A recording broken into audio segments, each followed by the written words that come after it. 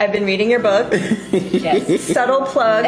Subtle plug. Subtle. What makes it so nostalgic is the language, and I was telling you, I'm afraid that the New York accent and the different Yeah, I remember you boroughs saying that. are becoming extinct. The maintaining of the language is really more or less about honoring myself more than anything else. Even beyond honoring like the culture I come from. You know, like there's this notion that if we move away from like our ethnicities and our races and like culture, whatever the case is, like we're all humans, right? We all bleed the same. And like while that is true, I do think for me in an ideal world would be where we leave room for the complexities and nuance of our cultures and language, and we learn how to live amongst that, right? So I say that because I'm a New Yorker before I'm anything else. You know, I'm maybe a black man, but I'm a black man. My father. There's all these labels and titles.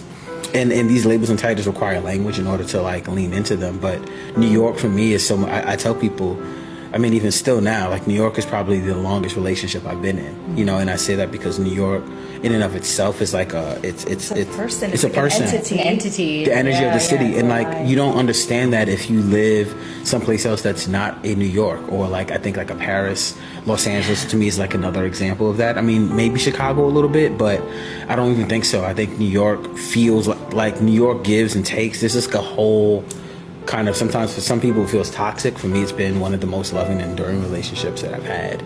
But so much of that is connected to language.